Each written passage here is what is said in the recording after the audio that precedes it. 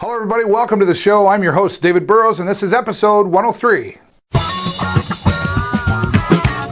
Are you ready?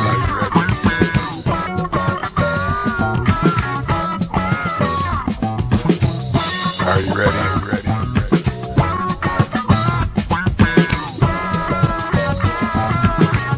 Are you ready? Tell me you're ready. Hello everybody, thanks for joining me on this week's episode of the show. Hope you've had a great weekend. There was lots of fun things happening as always here in the Sarnia area. We got out and did some things with the show. We'll show you that in just a little bit. But first, we want to talk about the independent music world. And this week in the independent music scene, Tony Smotherman, a guitarist from Orange Park, Florida, joins us. And I got to give him the tag right away. Incredible, phenomenal guitar player, as you will see. Now, Tony began at a very young age, getting his first taste of music by listening to Johann Sebastian Bach, and he got into classical guitar, which then turned into progressive rock. He has since been able to play with some greats like Buddy Miles, drummer for Jimi Hendrix, opened up for Carlos Santana and Rick Derringer and many others. He's got some great endorsements and things happening right now. And well, let's give you that story. So we're going to go and join Tony Smotherman from Orange Park, Florida, right here in the show, and then we'll be back with more.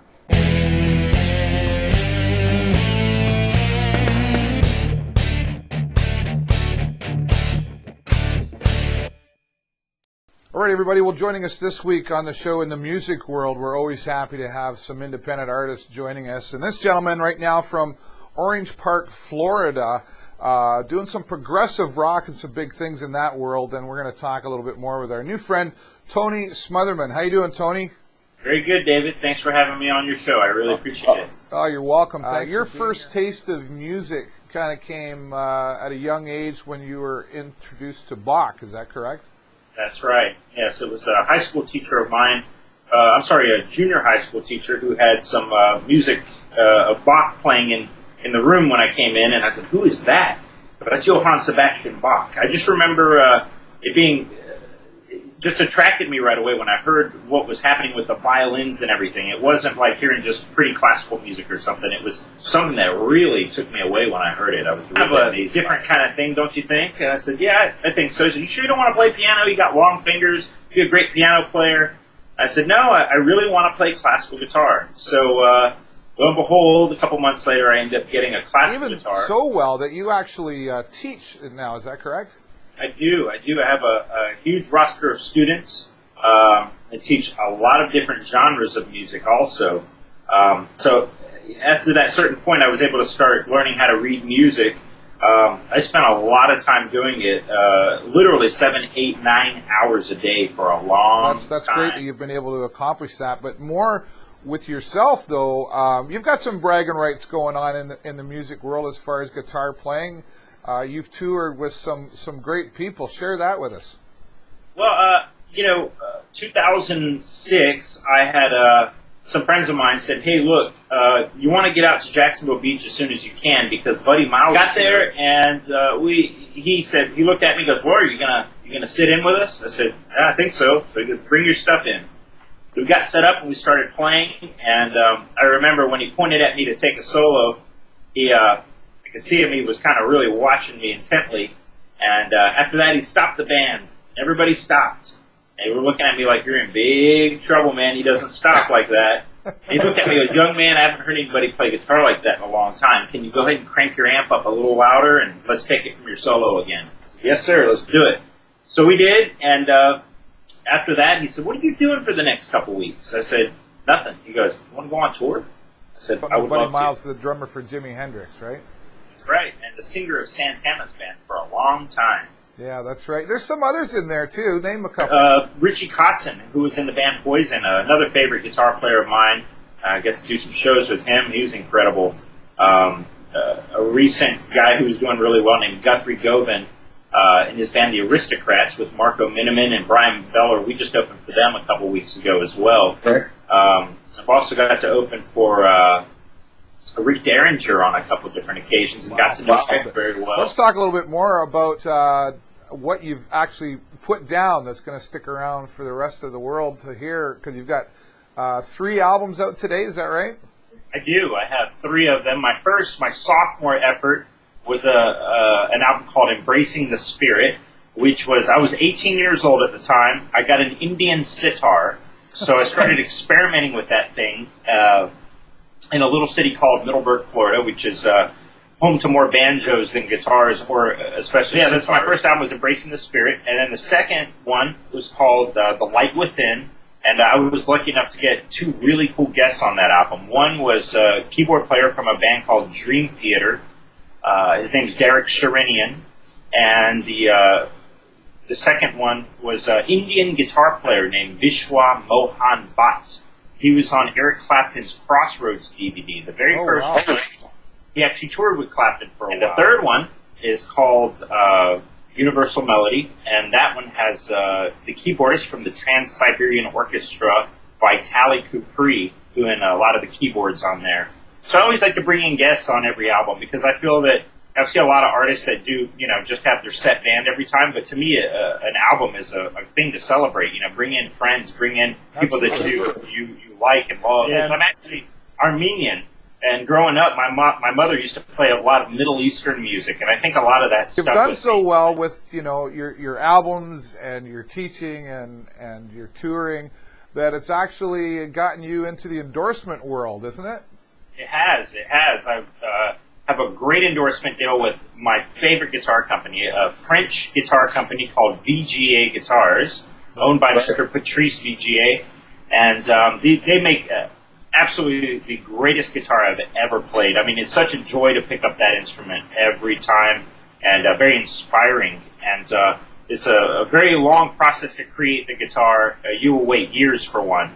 I didn't have to wait years, but their process is a very serious process to make the guitar what it is. And also, DR Strings has been wonderful to me for over 10 years now. They've been putting strings on my guitars. It's a wonderful thing. And an amplifier company out of Chicago named Revolt Amplifiers. They built me a custom amplifier. They asked me if I could have any kind of sound, what would I want? We talked, and they sent me some prototypes and changed some things around, and finally they built the ultimate amplifier for me. I couldn't be happier. So Nice. Very thankful for my endorsement. Would you say is been your most success as far as promoting yourself? Like what tool, or is there a piece of advice you could give some other independent up-and-comings? Because you obviously have success behind you. I hate to say what's your secret, but what's a big tip you could throw out there? Well, I think patience and determination is number one. You have to be very, very patient in this business, and if you're not, you'll burn the candle at both ends, as they say. So you have to be very, very patient. Some things you have to be you have to wait. You have to wait for responses. You have to persevere. You have to make yourself available, I think, is one of the most important things, because too many people want to be mystical and mystique, and nobody can, and I think that those days are over. That's great advice. Thanks for sharing that, Tony, and thanks for sharing your story. And we're going to direct people now to check out some of your music. And folks, on the screen right now, you see some annotations. Click on those. Check out Tony and his music. And Tony, thank you so much again. We'll be sure to get following you on Twitter and all that stuff. And please get in touch with us anytime that you want to let us know what's going on. David, thank you so much. Thanks for your time. You're welcome. Tony Smotherman, once again, here on the show, and we're very, very pleased to have had him here. Great success story there. Once again, take the time right now to click and check out some of the music from Tony Smotherman right here on the show.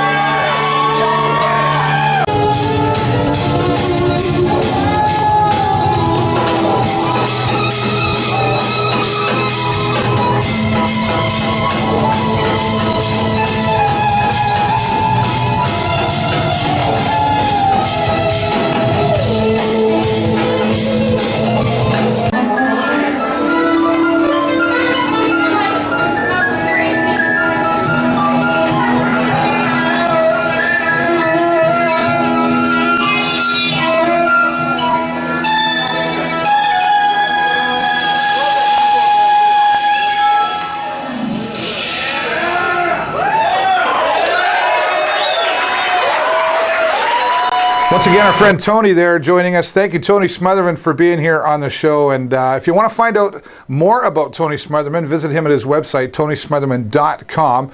And if you want to see the full interview, go to my website, davidburrows.ws, and you can see the full interview and more videos from Tony as well.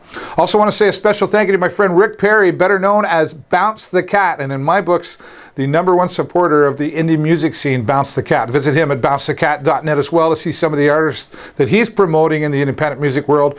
And even better, check him out on Facebook at Bounce the Cat.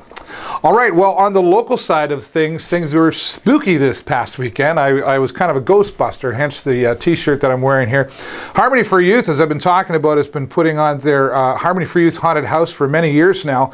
And this past weekend, we got out there with the camera and we went walking through the Harmony for Youth Haunted House. So turn down the lights and turn up the volume, and let's go through the Harmony for Youth Haunted House.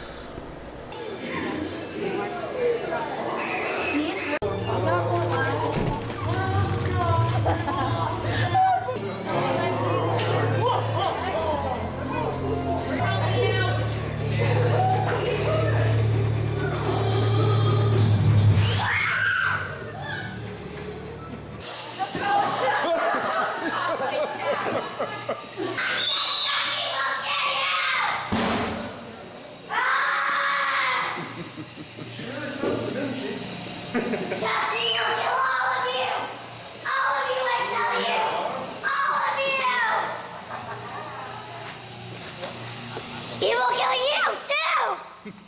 Run, I tell you!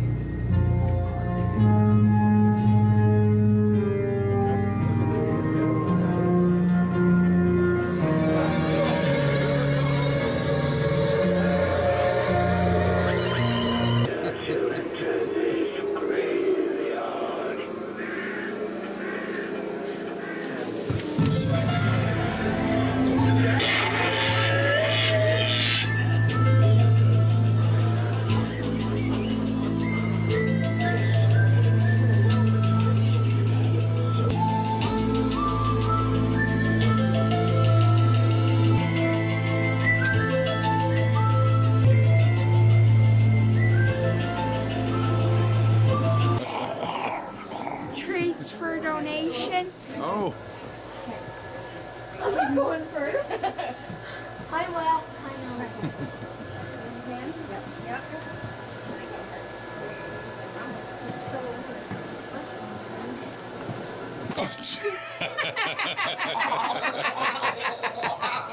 Have a good night.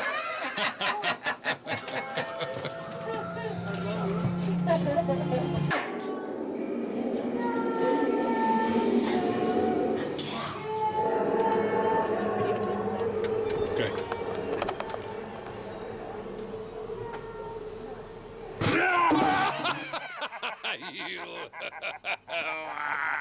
Yeah, Harmony for Youth Haunted House. Thank you so much for allowing us to survive. This weekend will be your last chance to get out there for the Harmony for Youth Haunted House out on the Golden Mile at the Laser Tag out of Blue Water Fun Park. It's only $5 to go through, and of course all proceeds going to Harmony for Youth. Thanks again, Harmony for Youth, and looking forward to it next year. Well, some more other spooky nuts here in Sarnia. We caught up with Cara Herbstreit, a friend of mine from high school actually. Cara has always been an artist and now a Halloween nut and has been for many, many years. In fact, this is their 18th year at 388 Divine Street. You can go down and go through their haunted house that they build up every year and plan to be scared. So we caught up with Cara and she talks to us about just what makes her go crazy for Halloween. Take a look.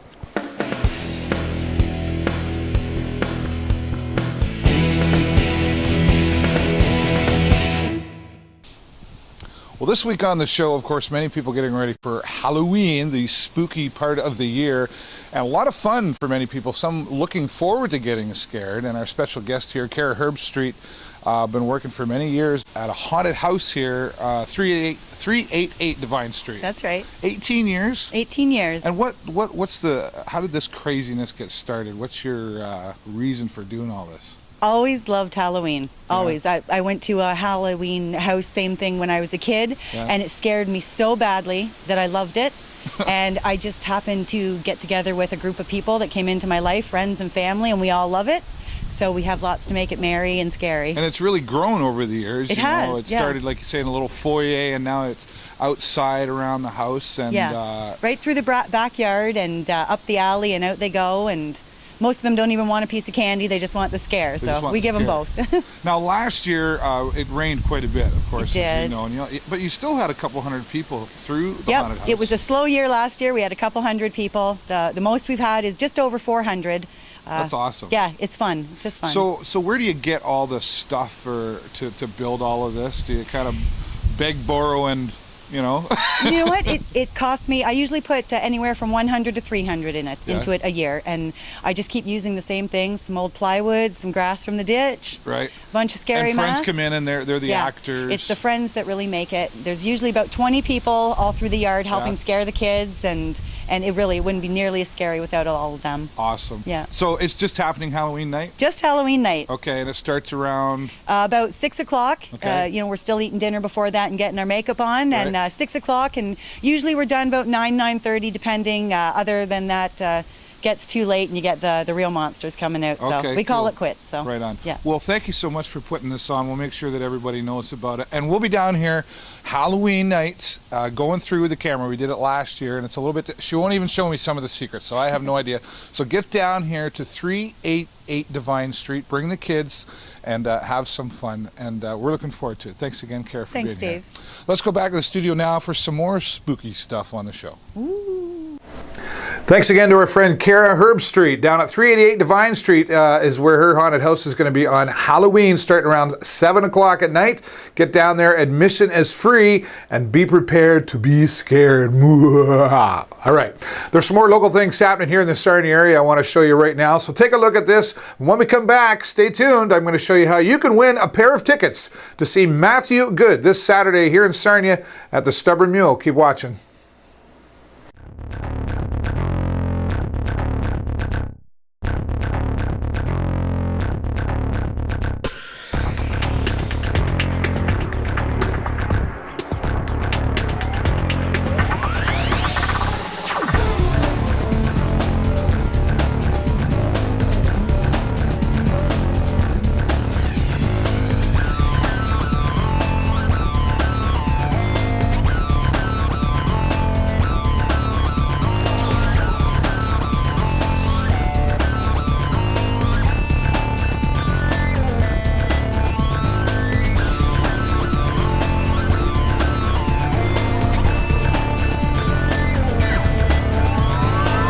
Certainly lots happening here in the Sarnia area, and if you need all those details, visit our friends at cheekymonkeysarnia.ca, or you can visit Michelle at sarniarocks.com for everything that's happening around our city of Sarnia. All right, I promised you a pair of tickets to see Matthew Good this Saturday, October the 26th, down at the Stubborn Mule. Here's what you got to do.